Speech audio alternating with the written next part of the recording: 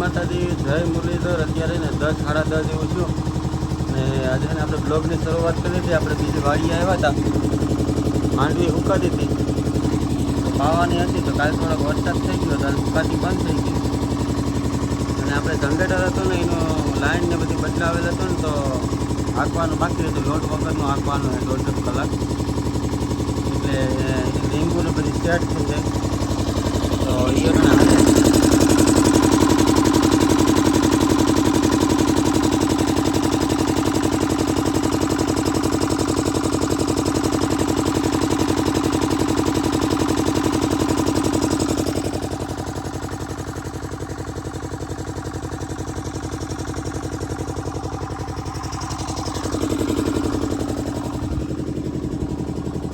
દોઢ કલાક હાલી જાય ને તો થોડું ગરમ થઈ જાય ને તો રીંગુની સેટ થઈ જાય નવી છે, એટલે રીંગુને લાઈન ને બધી ને ખડ વાટવાનું છે, નીરણ વાટવાની છે ઢોર હાટું, અને વાતાવરણ છે ને વરસાદી છે, થોડોક આવી જાય તો હજી જરૂર જ છે વરસાદની, તો પાણી વારવું નહીં।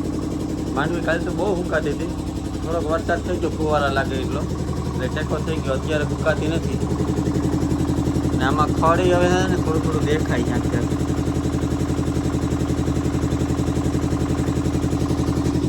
ખડે ઉપાડવાનું છે પછી ઇલેક્ટ્રિક પછી તો વટાણે છે ને અડધી કલાક જનરેટર રાખી લઈએ અને પછી છે ને નીરણ વાટી લઈએ। મોટર આવતી નથી, ખાલી જનરેટર લોડ વગરનો ખાલી રાખવાનું છે એટલે એની સીટ આવી જાય છે। તો કહું છે કે નવી લાઈન ને નવી રીંગું બધી હોય, નવું પિસ્ટન ને ફૂલ લોડમાં આપીએ ને તાત્કાલિક તો લાઈન છે ને એ થોડીક ખુલ્લી જાય, ખરાબ થઈ જાય, ઓઇલ ઉપાડે પછી એટલે થોડુંક હાલી જાય ને લોડ વગરનું તો લાઈન એની સેટ થઈ જાય। એટલા હાટું આપણે આવ્યા હતા, કલાક જનરેટર રાખી લઈએ ચાલુ અને પછી છે ને નીરણ વાટી લઈએ, ત્યાં જનરેટર ફરી જાય પછી ઢાંકી દઈએ વરસાદ પાણીનું અને પછી ભાગીએ ઘેર। આ રીતના હાલે।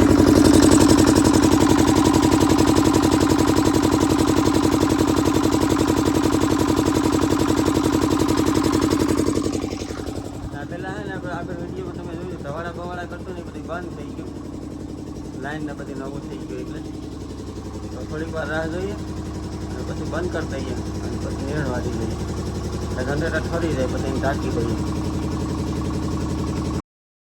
હા તો જનરેટર બંધ કરી દીધું, હવે થોડીક વાર ઠરી જાય અને આપણે છે ને નીરણ વાટી લઈએ। હેઠો વાટવાનો છે, બહુ કંઈ હેઠામાં છે નહીં, આ છેલ્લો હેઠો છે અને ઓલી બાજુ હેઠો પાછો થઈ ગયો વાઈટા જેવો, તો આને પહેલાં વાઢી લઈએ એટલે સાફ થઈ જાય અને પછી પાછા આ બીજી વાર હેઠો વાઢવાનો વારો આવી જાય। અને હજી ખડ દેખાય માંડવીમાં વધારે દેખાય થોડુંક, પણ હવે 2 દી પછી વરસાદ થાય તો ઉપાડી લેવું ને પાણી વારતા જાવ ને ખડ ઉપાડતા જાવ। આપણે પહેલી વાર ફિટિંગ કર્યું ને લીધું લઈએ તો રિપેર કરવું પડે મને તો નળિયું નીકળી જતી ને ગરમ થતું હોય ને ડીઝલનું કોઈ ઠેકાણું નહોતું, ટાંકીનું હોય ને ધવાડા કાઢતું હોય ને વ્યવસ્થિત જગ્યા ઉપર નહોતું, એટલે વાઇબ્રેશન કરતું ને પાણીના પટ્ટા ઉતારતો ને બહુ ધાંચા કરતો।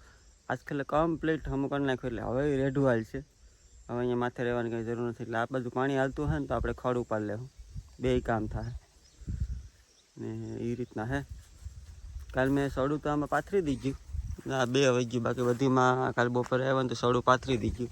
ફુવારા ફિટ કરવાના હતા, ત્યાં અંધાર નીકળો ને થોડા સાટા ચાલુ છે ને એટલે પછી પાણી વારવાનું બંધ રહ્યું, ફુવારા લાગે એવું થઈ ગયું, તો સારો વરસાદ છે।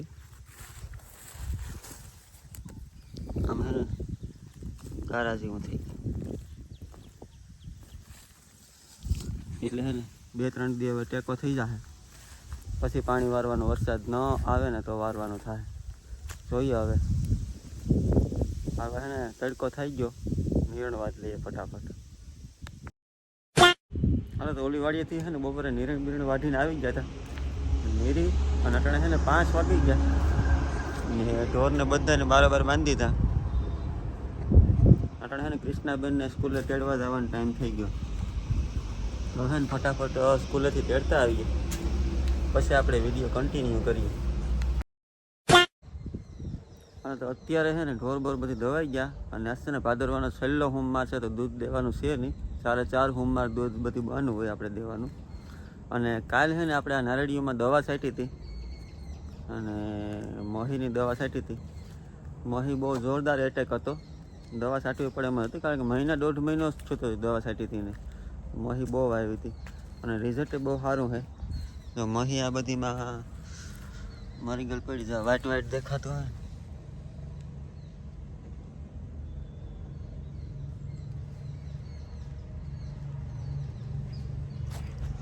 આ બધી વ્હાઈટ વ્હાઈટ દેખાય ને બધી મહી છે.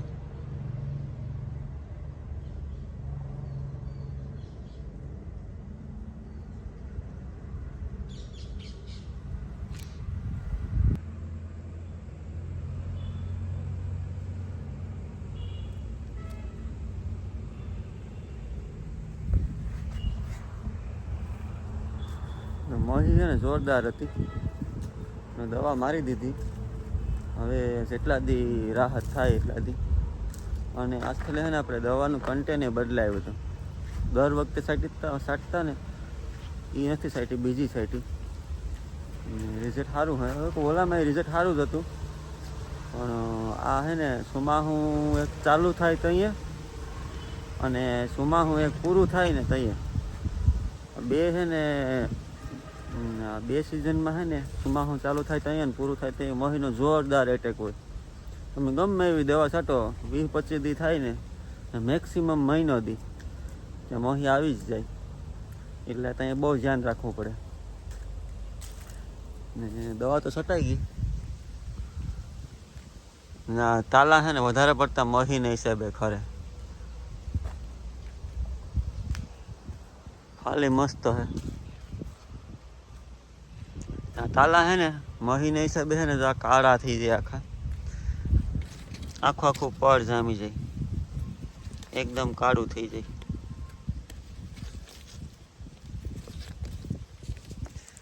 મહી છે ને એ આખો નારળીનો રસ આખો સૂહી લે, એટલે તાલું પડી જાય કાળું. અને પછી છે ને એને સૂર્યપ્રકાશ પ્રકાશ સંશ્લેષણની ક્રિયા હોય ને બંધ થઈ જાય, પછી તાલું ખરી જાય. નાળીને છે ને પોષક તત્વ ઘટી જાય એની હિસાબે. આ બધી પાંદડા ઉપર જો મહીસ પડી નીકળી.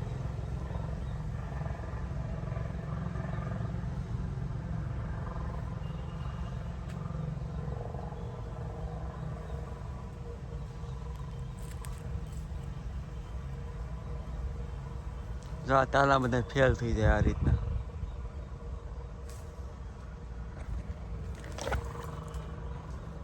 હવે છે ને આ તાલાન બાલાન બધી પડ્યા ને, એક દી ટાઈમ મળે ને, જો વરસાદ થાય ને પાણી વારવાનું નહીં થાય ને, તો આવતા અઠવાડિયે મેં ટ્રેક્ટર આવવા દેવું, બધા તાલા ભરી બરાબર નાખી દેવા.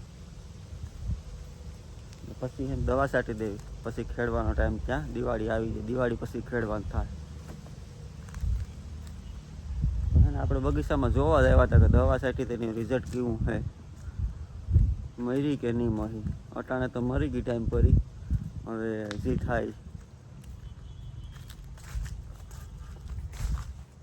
અને આ છે ને આપણા મકાન ઉપરથી છે ને આપણી નારેળીઓનો આવો કંઈક વ્યૂ આવે.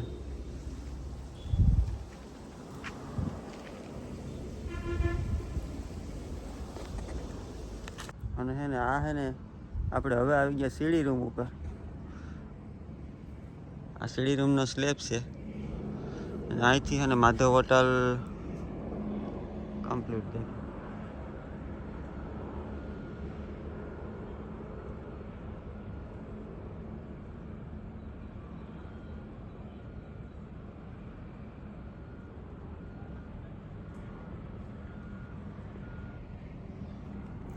આ આપણી નારળીનો વ્યૂ. જ્યાં જ્યાં દવા નથી પૂગી ને ત્યાં હજી છે ને દેખાય મને.